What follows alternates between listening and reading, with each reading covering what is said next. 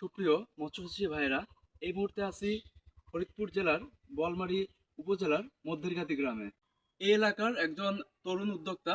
উনি গত বছর থেকে মৎস্য চাষ শুরু করেছেন, কিন্তু গত বছর উনি খুব একটা সুবিধা করতে পারেন নাই, কারণ ওনার এই মাছের ঘাটা হয়ে রোগব্যাধি হয়ে অনেক মাছ মারা গেছে। মাছের ঠিকমতো গ্রোথ পান নাই, পানিতে অনেক সমস্যা দেখা দিয়েছিল, যে কারণে উনি অনেকগুলো টাকা লস করে ফেলেছেন। তো এবছর উনি সিএসসি অ্যাকোয়া বায়োটেকের সাথে যোগাযোগ করেছিলেন।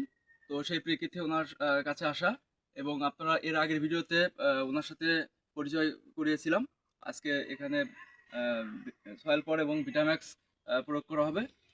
তো চলুন ভাইয়ের সাথে আলাপ করা যায়। তো ভাই, এখানে আপনি তো এখনো মাছ দেন নাই না? না না, এখনো মাছ দেন মাছ দেন নাই, পুকুর প্রস্তুতি হিসেবে চলতেছে। সয়েল পর দিলেন আজকে। আচ্ছা, কি কি মাছ দেবেন? এখানে আপনার 5,000 মনোসেক্স তেলাপিয়া, আচ্ছা, 12,000 তারাবাইম এবং কিছু বাংলা মাছ থাকবে। কিছু বাংলা মাছ থাকবে। জায়গা কতটুকু? এখানে আছে আপনার 62%, 62 মানে শতাংশ। জলাশয়। আচ্ছা আর পাড়ি যদি আপনার আছে 80%। আচ্ছা, খাবার কি খাওয়াবেন? এটা হলো নারিশের ফিট। নারিশের ফিট খাওয়াবেন। আর বাংলা মাছটা কি সাইজের দেবেন? বাংলা মাছটা আমি দেবো হলো আপনার 10-15 কেজি দিব।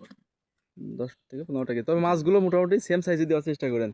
ওই একটা ওজন 250 গ্রাম, একটা ওজন 100 গ্রাম, এরকম দিয়েন না। আমার সবগুলো আর কি একই রকম দেবো। হ্যাঁ, একই তাকে বলে দেবেন, যার থেকে মাছ নেবেন তাকে আগে থেকে বলে দেবেন যে আমাকে কিন্তু সব আমি এক রুই সাইজের মাছ গ্লাস দিতে হবে। কাপগুলো একই সাইজ দেবো, শুধুমাত্র আপনার ওই সিলভার মাছটা একটু সাইজে বড় হবে, কারণ ওইটা ছোট থাকলে দাম একটু কম পাবে হ্যাঁ, তোমার। ওই ওইটা একটু মানে সিলভার যে সাইজ দেবেন ওই একই সাইজ দেবেন, রুই যে সাইজ দেবেন একই সাইজ দেবেন। জি।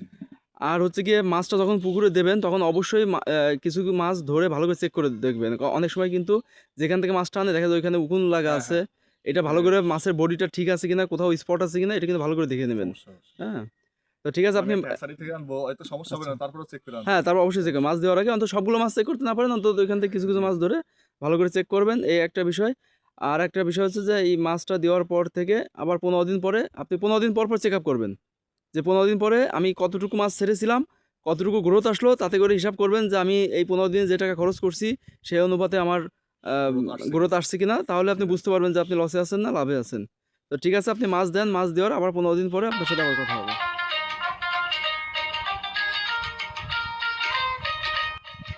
দেখতে পাচ্ছেন ভাই পুকুর থেকে পানি তুলে নিয়ে আসছেন বোতলে করে, একদম নিচের পানিটা, যাতে করে অ্যাকুরেট রেজাল্টটা আসে। কারণ উপরের পানিতে ঠিকঠাক রেজাল্ট পাওয়া যায় না। এই পানির পিএইচ, অ্যামোনিয়া এবং টিডিএস পরীক্ষা করে দেখা হবে।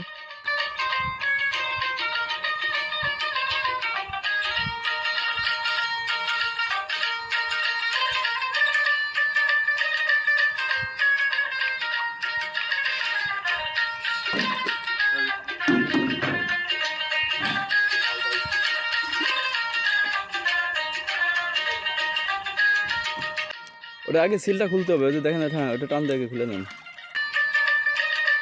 আপনারা দেখতে পাচ্ছেন এই নৌকায় করে এখন এই সয়েল পটটা ছিটানো হবে।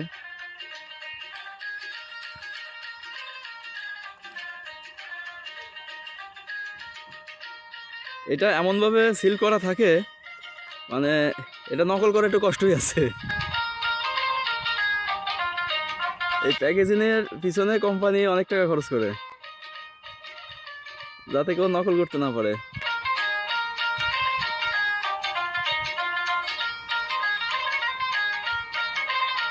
অবশেষে কৌটার মুখ খুলতে সক্ষম হয়েছেন। একদম সম্পূর্ণ জায়গায় যাতে যায় পরে এটা ওইভাবে দিবেন। আজকে সয়েল পর দেওয়া হচ্ছে। এই গেটটা হচ্ছে 62%, অর্থাৎ 2 বিঘার মতো। তো পানি আছে 5 থেকে 6 ফুট, তাই এখানে সম্পূর্ণ একটা ডিব্বাই দেওয়া হবে সয়েল পর। এবং ভাইকে বলেছি যে 15 কেজি খোল 2 থেকে 3 দিন ভিজিয়ে রাখবে, ভিজিয়ে রাখার পর সেটার সাথে ভিটাম্যাক্স মিশিয়ে জুস করে তারপর পুরো পুকুরে ছিটিয়ে দেবেন।